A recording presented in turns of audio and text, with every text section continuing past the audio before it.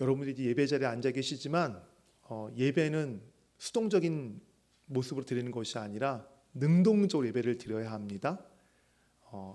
우리가 예배 드릴 때 함께 찬양하고 또 교동문을 함께하고 사도신경을 하고 우리가 또 대표 기도할 때 아멘으로 우리가 또 반응하고 하는 모든 것들이 우리가 예배자는 수동태가 아니라 능동적인 모습인 것을 우리가 또 능동적으로 나타내는 모습인 것들을 여러분 기억하시고요.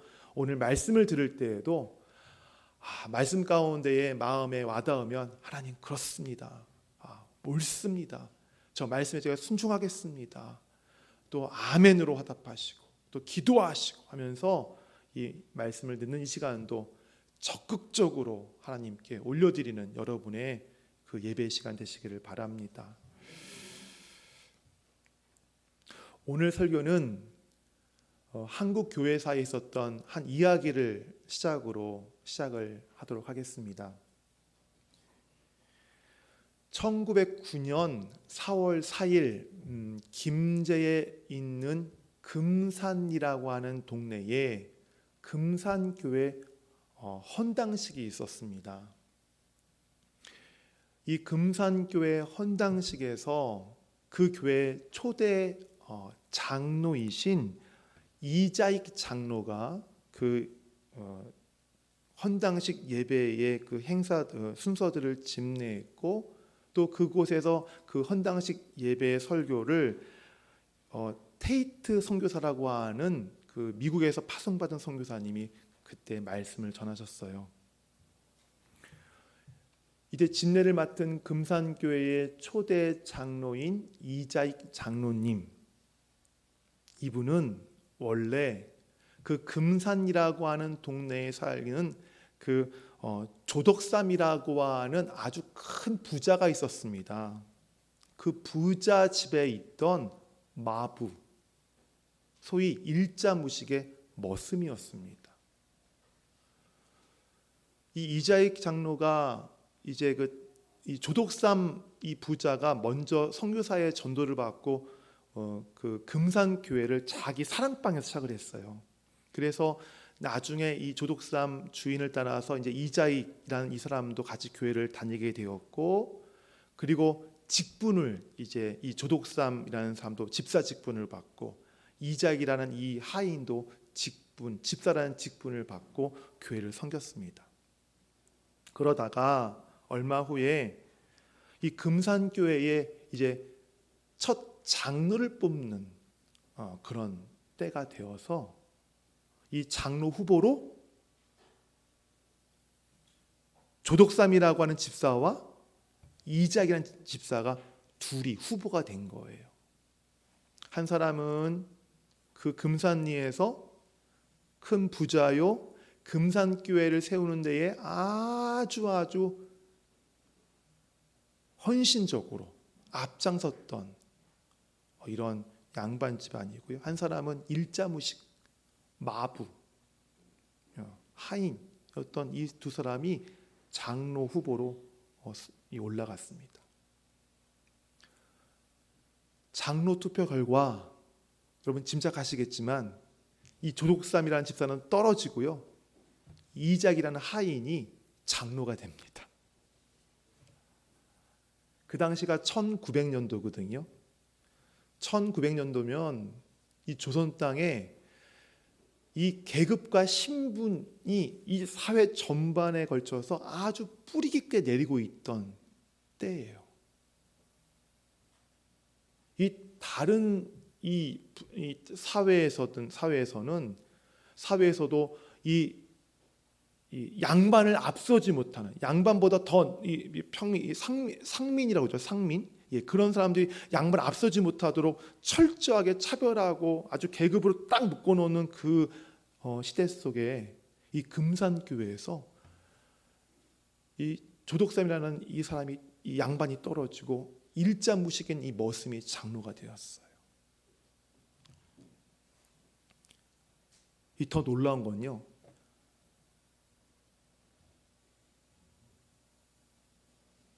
조덕삼이라는 이 집사가 자기 하인이 장로가 됐잖아요.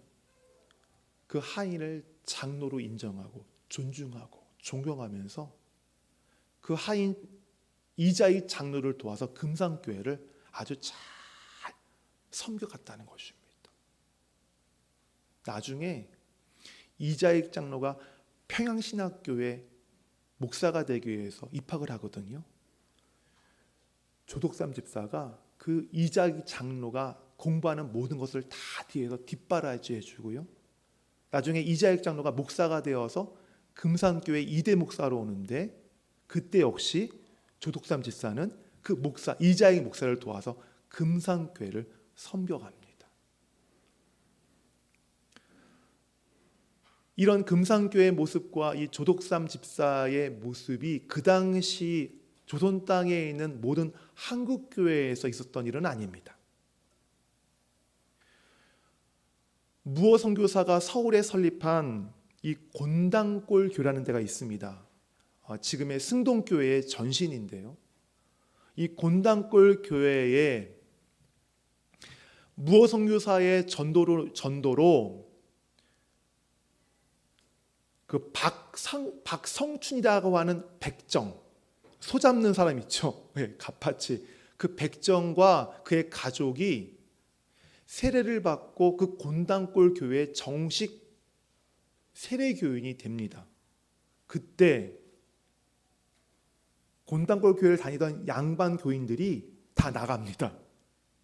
그리고 다른 교회를 세워요. 이유는 백정과 같이 같은 교회를 다닐 수 없다는 것 때문에. 이처럼 그 당시 조선 땅에는 이렇게 신분과 계급이 철저하게 뿌리내리고 있던 때였습니다. 그런데 금산교회와 조덕삼 집사는 어떻게 그 뿌리 깊은 신분사회, 뿌리 깊은 그 계급사회를 뛰어넘어서 자신의 하인이었던 사람을 장로로 섬기고 한 집의 하인이었던 사람을 장로로 뽑는 그런 일들을 할 수 있었을까요? 그것은 금산교회와 조덕삼 집사가 예수 그리스도의 복음을 너무 잘 알고 있었기 때문입니다. 예수 그리스도의 복음, 그것이 무엇입니까? 하나님과 죄인인 인간이 원수 관계였는데 그 관계를 예수 그리스도의 십자가의 대속을 통해서 그 관계를 허무시고 화평케 하셨다는 것, 그것이 바로 복음 아닙니까? 이 복음을 믿는 자들마다 누구든지 한 형제요 한 자매라는 사실을 바로 그 금산교회와 조덕삼 집사는 알고 있었던 거예요.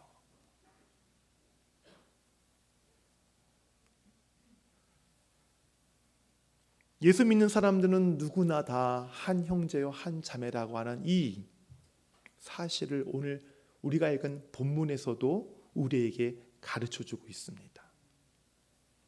오늘 본문이 우리가 어떻게 가르쳐주고 있습니까? 16절 말씀을 우리 같이 읽겠습니다. 이후로는 종과 같이 대하지 아니하고 종 이상으로 곧 사랑받는 형제로 둘 자라 내게 특별히 그리하거든 하물며 육신과 주 안에서 상관된 내게랴. 16절은 사도 바울이 빌레몬에게 보낸 편지의 본론 중에 있는데 그 본론 가운데에서 가장 절정에 해당되는 구절입니다. 다시 말해서 지금 사도 바울이 빌레몬에게 하고 싶은 이야기가 이 16절에 지금 함축되어 있고 여기서 지금 모든 것들을 지금 말하고 있습니다. 주제 구절이에요. 예, 빌레몬에게 보내는 편지의 주제 구절이에요. 주제 문장이에요. 이 주제 문장인 이 16절에서 중요한 핵심어가 있는데 형제라고 하는 단어예요. 사도 바울이 오네시모를 지칭하는 형제라고 하는 단어. 이후로는 종과 같이 대하지 아니하고 종 이상으로 곧 사랑받는 형제로.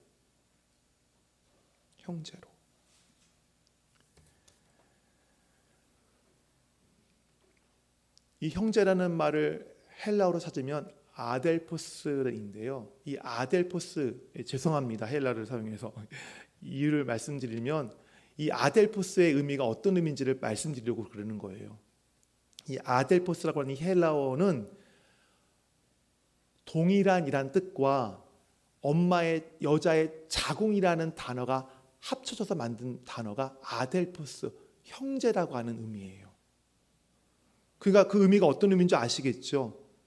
어머니 뱃속에서 나온 동일한 형제, 가족, 그것이 헬라어가 말하고 있는 아델포스, 형제가 갖고 있는 의미예요. 우리나라도 유대인 못지않게 혈연 지연, 혈족 지연을 지향하는 사회 아닙니까? 그래서 저와 여러분 역시도 형제라고 하는 단어는 굉장히 의미가 있는 단어로 우리는 여기고 있어요. 그런데 우리보다 유대인들이 이 형제라는 단어를 더 각별하고 더 특별하게 여기고 있습니다. 왜냐하면 유대인들은 형제라는 단어를, 아델포스라는 단어를 자기 동족이 아닌 사람들에게는 절대로 사용하지 않기 때문입니다. 오직 유대인들끼리만 아델포스, 형제라는 단어를 사용했어요. 이방인에게 사용한다? 이거는 생각하지도 못할 일입니다. 유대인들에게 이방인은 부정한 존재예요. 제가 늘 말씀드리지만 이방인은 나중에 메시아가 오시면 지옥의 불쏘시개가 될 존재들로 여겼기 때문에 이방인과 늘 거리를 두었습니다. 부정하는 존재, 자기들을 부정케 하는 존재이기 때문에 그들을 늘 거리를 두었고 형제, 그런 말 한마디도 쓰지 않았습니다. 그런데 오늘 본문을 보니까 사도 바울이 오네시모를 뭐라 부릅니까? 아델포스, 형제라고 부릅니다.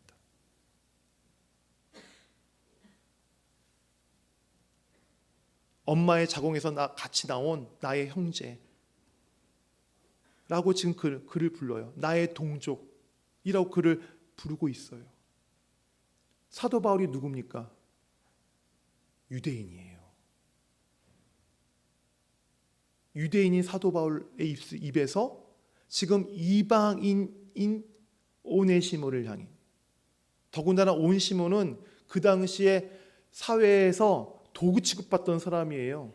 그냥 재산 취급받는 그 노예에 불과한 아주 천민 중에 천민, 아주 천대받던 존재입니다. 근데 그를 향해서 사도 바울이 아델포스, 나의 형제요, 나의 동족이요, 나의 공동체요 라고 지금 그를 부르고 있어요. 이처럼 바울이 오네시모를 형제라고 부르는 까닭은 사도 바울이 복음의 능력을 알고 있기 때문에 그래요. 복음의 능력.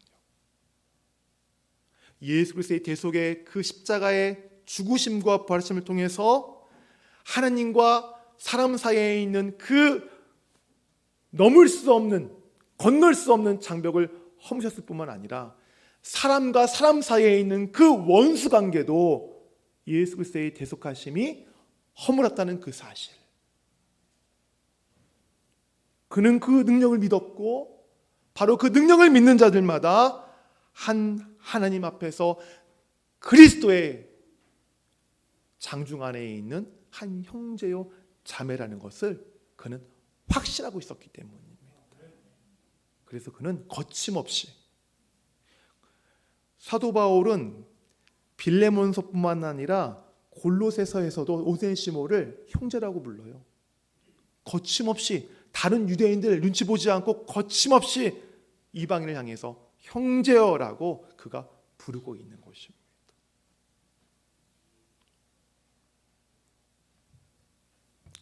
그러면서 사도 바울이 빌레몬에게 요청하지요. 16절 하반절과 17절 말씀인데요. 제가 읽어드릴게요. 16절 하반절 말씀이에요. 내게 특별히 그러하거든 하물며 육신과 주 안에서 상관된 내게랴. 그러므로 내가 나를 동역자로 알진대 그를 영접하기를 내게 하듯 하고. 바울이 빌레몬에게 말합니다. 빌레몬아, 이 오네시모는 육신의 관계로는 주인과 종의 관계이지만 이제 주를 다 믿는 관계이기 때문에 이제 영적인 관계로서 빌레몬 너와 오네시모는 한 형제다라고 얘기하고 있어요.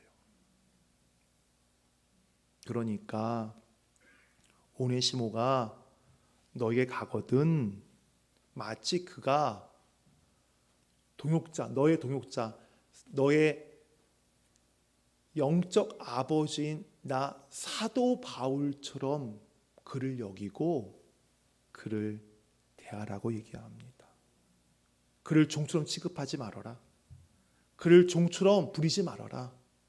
오직 마치 나를 대하는 것처럼 그를 대하라라고 빌레몬에게 요청하고 있습니다.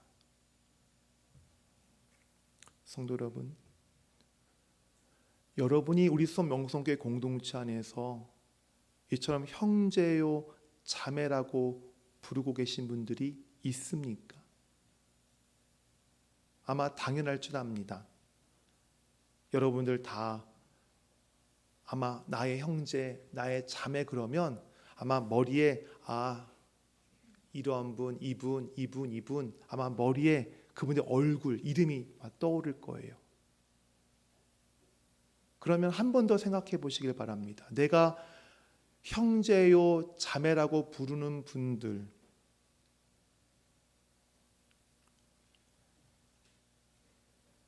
그분들이 내가 왜 그들을 형제와 자매라고 부르는가? 혹시 나와 좀 비슷한 지위에 있기 때문에, 나와 비슷한 직업을 갖고 있기 때문에, 나와 비슷한 수준의 생활, 나와 비슷한 학력, 나와 비슷한 생각, 혹시 그런 나와 비슷한 것이 있기 때문에 그를 나의 형제 또는 자매라고 내가 부르고 있지는 않은가? 그러면서 나와 생각이 좀 다르고 나보다 좀 뒤처지고 나와 생각의 결이 좀 가치관이 다른 그런 다른 주변에 있는 지체들이 있지만 그들은 내가 형제와 자매로 인정하지 않고 거리두기를 하고 있지 않은가? 한번 생각해 보시기를 바랍니다.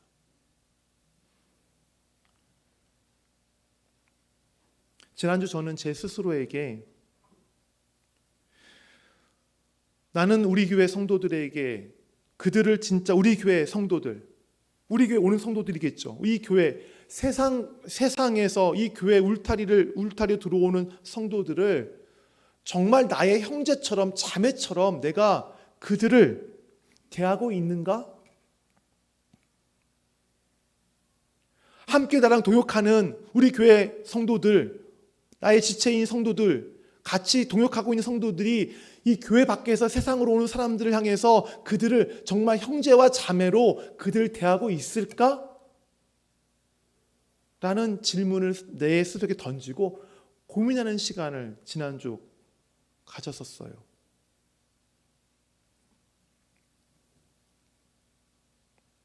왜냐하면 지난주 한 어떤 지지난주 한 방송 프로그램 때문에 그래요. 방송 프로그램 때문에.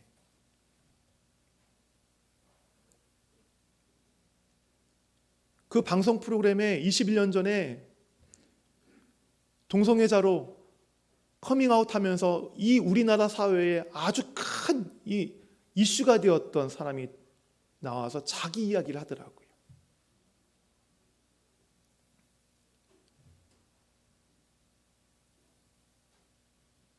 그분이 어떤 사람이냐면 자기 아버지도 어머니도 독실한 기독교인이에요. 그분 역시도 모태신앙이에요. 태어날 때부터 교회를 다니고 있는 그런 사람이었어요. 근데 이분이 청소년기 때부터 자신의 그 정체성에 대해서 혼란을 겪으면서 이 힘든 시절에 이 교회에 가면 이 교회가 듣는 얘기가 맨날 자기의 죄를 지적하고 결국 그 죄 때문에 자기 자신은 지옥불에 떨어져야 되는 그런 존재처럼 얘기하는 것들을 그가 청소년 시절에 맨날 교회 가면 들었던 거예요. 목사님의 말씀을 통해서도 그렇고 주변 사람들을 통해서도 그렇고 어느 누구 하나 그러한 그를 불쌍히 봐주거나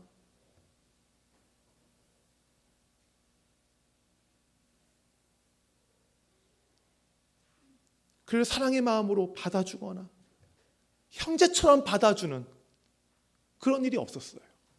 물론 그분이 거기에 나와서 자기 이야기만 했기 때문에 그분이 다녔던 교회에서 어떻게 그분이 그 죄에서 벗어나도록 도와주려는지 말은 하지 않았지만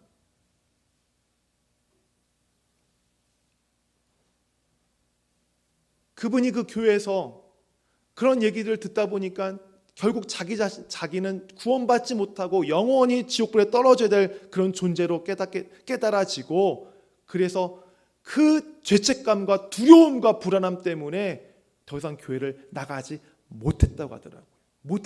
신앙을 포기해버린 거예요.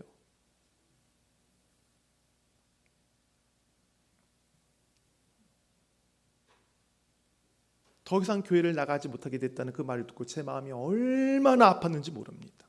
마치 우리 교회를 다니다가 그 우리 교회를 떠난 사람인 것처럼 제 마음이 너무너무 아파서 주님 어떻게 합니까? 그분이 너무 불쌍한 거예요.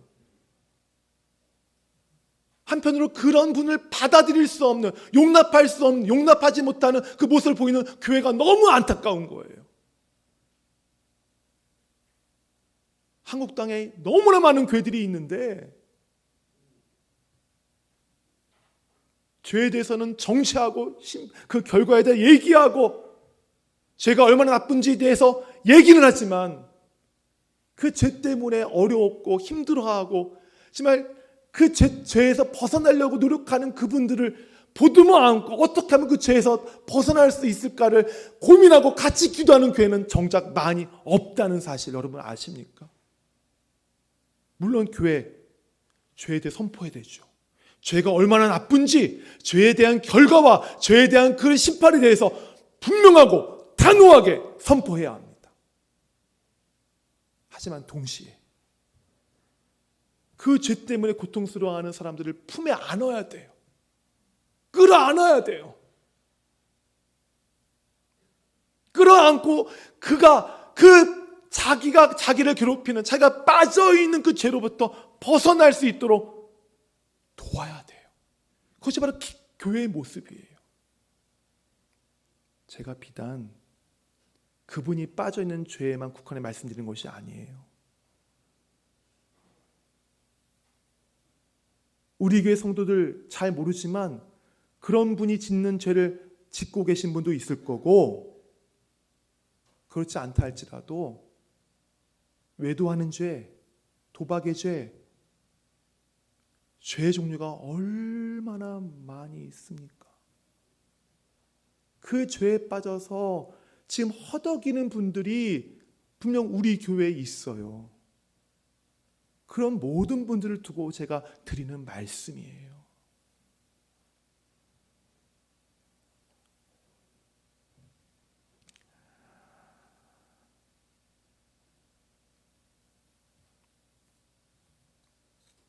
저는 우리 교회 공동체가 다른 사람들의 죄를 보면서 예수님 당시에 바리새인이 서서 기도했던 것처럼 이런 내용, 하나님 감사합니다. 나는 남의 것을 빼앗는 자나 불의한 자나 간음 많은 자와 같은 다른 사람들과 같지 않으며 더더욱 이 세례와 같지 않음을 감사드립니다라고 기도하는 그런 모습의 바리새인 되지 말기를 간절히 소원합니다.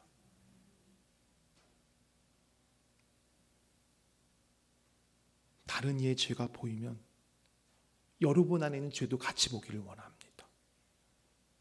여러분 안에 죄를 회개할 때에 다른 사람에 있는 죄도 같이 회개하는 그런 우리 공동체가 되기를 바랍니다. 이제 우리 수원 명성교회 이 공동체 안에 이제 세상에서 사람들이 올 거예요. 올 때 그분들이 갖고 있는 많은 죄들을 같이 갖고 올 거예요. 상처들도 같이 갖고 올 거예요. 그럼 그것을 갖고 왔을 때에 그들을 그 상처를 갖고 있는 그런 사람으로, 그런 죄인으로, 그런 환자로 보는 것이 아니라 오늘 사도 바울이 빌레몬에게 얘기하는 것처럼 16절에 이후로는 종과 같이 대하지 아니하고 종 이상으로 곧 사랑받는 형제로 둘자로 여기라라는 말씀대로 그들을 우리가 같이 안고 품고 같이 고민하고 같이 나가야 될 그런 형제와 자매로, 사랑받을 형제와 자매로 인정하고 받아들이는 우리 서명성교회 저와 여러분 되시기를 간절히 소원합니다.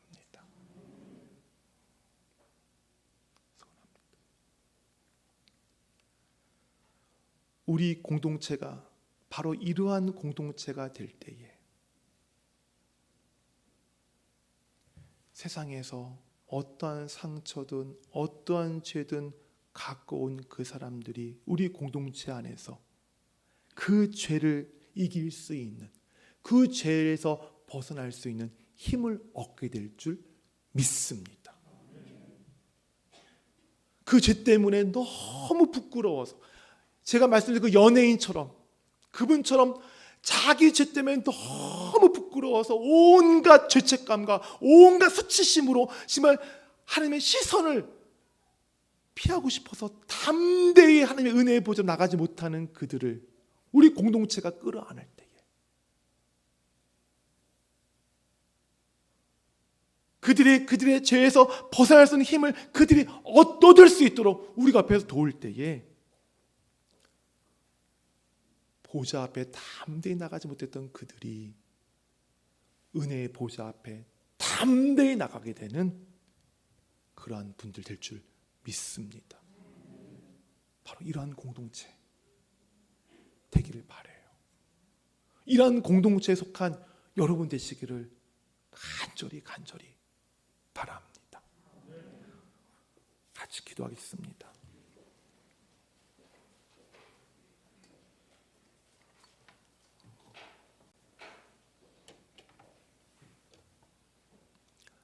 수원 명성교회 공동체가 아프고 상처받은 영혼들을 죄인으로 보는 것이 아니라 사랑해야 될 나의 형제와 자매로 끌어안는 공동체가 되게 하여 주시옵소서 라는 이 기도를 드리기를 원합니다.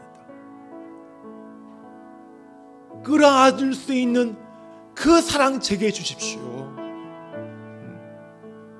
그 사람의 죄가 보일 때 나의 죄도 보게 하시고 나의 죄를 회개할 때 그 사람의 죄도 같이 회개하는 제가 되게 해주십시오. 우리 공동체가 되게 해주십시오. 우리 같이 기도로 나가겠습니다. 기도하시겠습니다.